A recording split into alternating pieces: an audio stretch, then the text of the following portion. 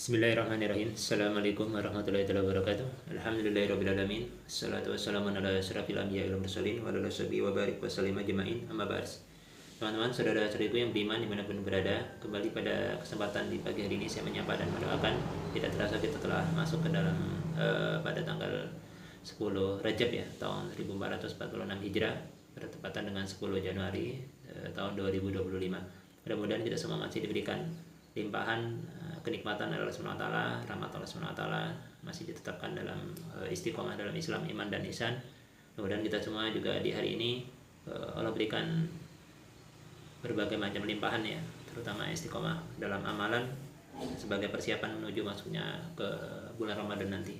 Tentunya kita akan melalui atau memasuki bulan Sya'ban terlebih dahulu sebagai memang ajang latihan.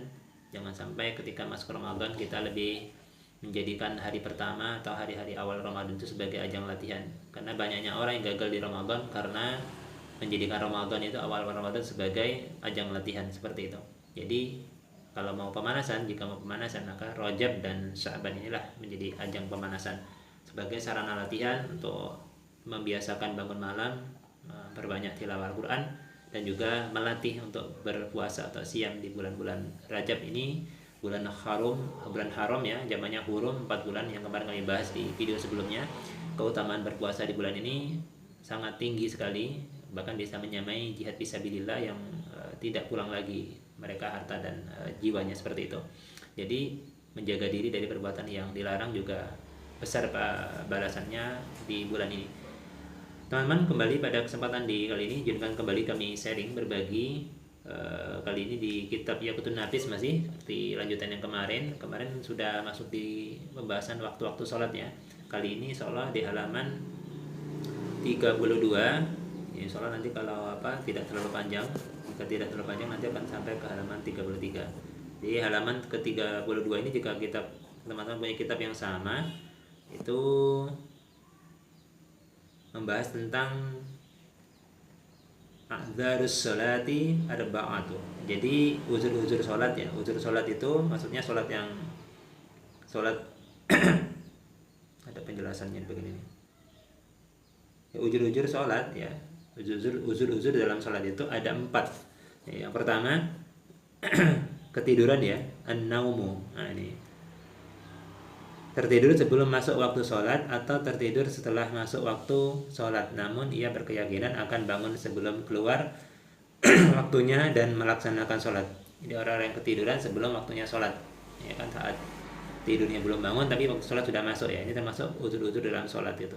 Yang kedua, wan nisyanu, yaitu lupa atau kelupaan, dengan syarat lupa ini lupa melaksanakan sholatnya bukan disebabkan sibuk dengan perkara yang dilarang oleh Allah SWT ataupun perkara yang makruh seperti itu. Jadi lupa sholatnya bukan mengerjakan sesuatu yang Allah larang ya, atau yang diharamkan, ataupun bukan perkara yang makruh seperti itu.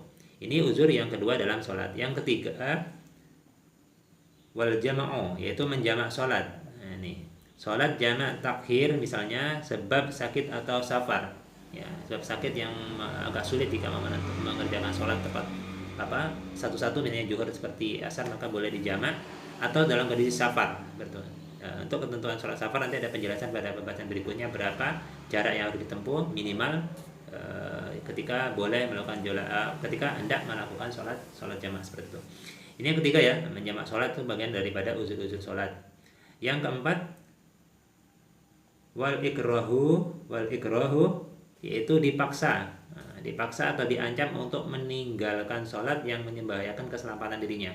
Misalnya orang sedang dalam ditawan, diculik ya kan, terus dipaksa supaya meninggalkan sholat yang kalau nggak mau sholat bisa gorok misalnya. Ini kan uzur berarti ya. Itu uzur ketika ini uzur sholat tidak tepat waktunya tadi, dan tapi itu ada alasan yang kuat, itu menyangkut keselamatan dirinya. Kalau dia misalnya mau pengen tepat waktu, mau ditembak ataupun diapakan, maka bisa menjadi uzur daripada uzur sholat tadi gitu. Yang selanjutnya kita sambung ya, karena ini tidak terlalu panjang insyaallah. Yang selanjutnya,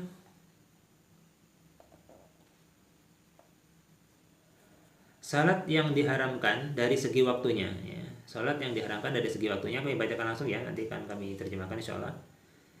Tahrumus sholatul lati la sababa laha aw laha sababun mutaakhirun fi ghairi harami Makkah fi hamsati awqatin waqta tulu'i syamsi hatta tartafi'a qadra rumhin waqtul istiwa'i fi ghairi yaumil jumu'ati hatta tazula waqtul isfirari hatta tagruba wa ba'du fi'lil asri hatta tagruba wa ba'da fi'lis subhi hatta tadlu'a. Nah, ini salat-salat yang diharamkan dari segi waktunya, yaitu diharamkan mengerjakan salat yang tidak memiliki sebab seperti salat sunnah mutlak. Nah, itu ataupun salat yang memiliki sebab. Namun sebabnya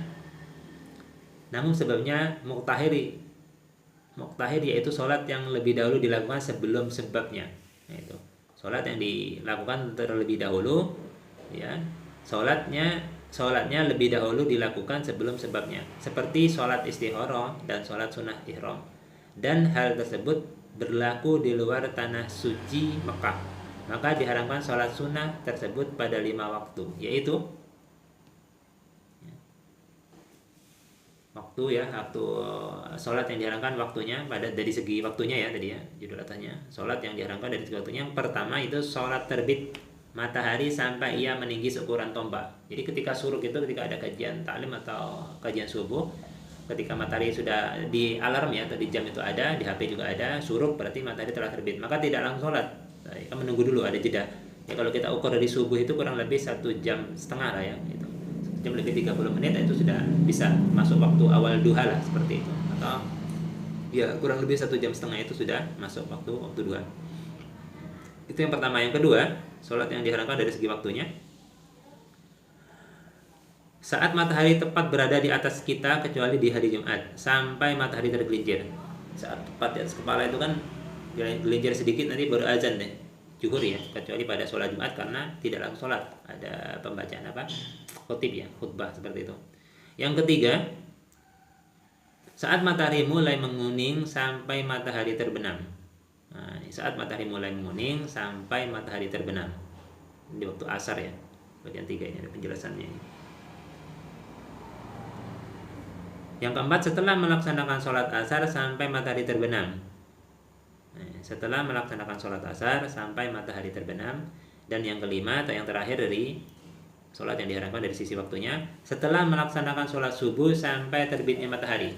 Jadi setelah sholat subuh tidak ada sholat ya, jangan terlalu kreatif nanti mengerjakan ba'diyah subuh, sedangkan ba'diyah subuh seperti asar, ba'diyah asar juga tidak ada seperti itu. Kalau sholat sebelum asar atau qabliyah ada yang ghairu muakkad ya gitu. Kalau sebelum subuh 2 rakaat itu sholatul fajr itu lebih baik dari dunia seisinya, itu sunnah muakkad ya, sunnah yang sangat dianjurkan. Ini saja teman-teman yang saya sampaikan pada kesempatan kali ini, mudah-mudahan memberikan manfaat. Insyaallah kita akan lanjutkan pada pembahasan berikutnya nanti insyaallah. Pembahasan berikutnya akan masuk kepada syarat-syarat wajib sholat ya. Syarat-syarat wajib sholat itu setidaknya ada 6. Nanti akan kita bahas pada kesempatan berikutnya, yang juga akan mungkin bersambung langsung dengan rukun-rukun sholat seperti itu. Ini para imam khususnya atau yang sering menjadi imam harus mengerti syarat sah dan rukunnya sholat ya, harus bisa mengerti apa yang dikerjakan. Kalau tidak mengerti rukun dan syarat sahnya sholat, bisa tidak sah tuh sholat untuk dirinya sendiri. Kalau tidak mengerti rukun dan rukun dan syarat-syarat sahnya sholat untuk dirinya sendiri saja tidak sah, apalagi untuk orang lain gitu, mungkin jadi imam. Wallahu a'lam bishawab. Wassalamualaikum warahmatullahi wabarakatuh.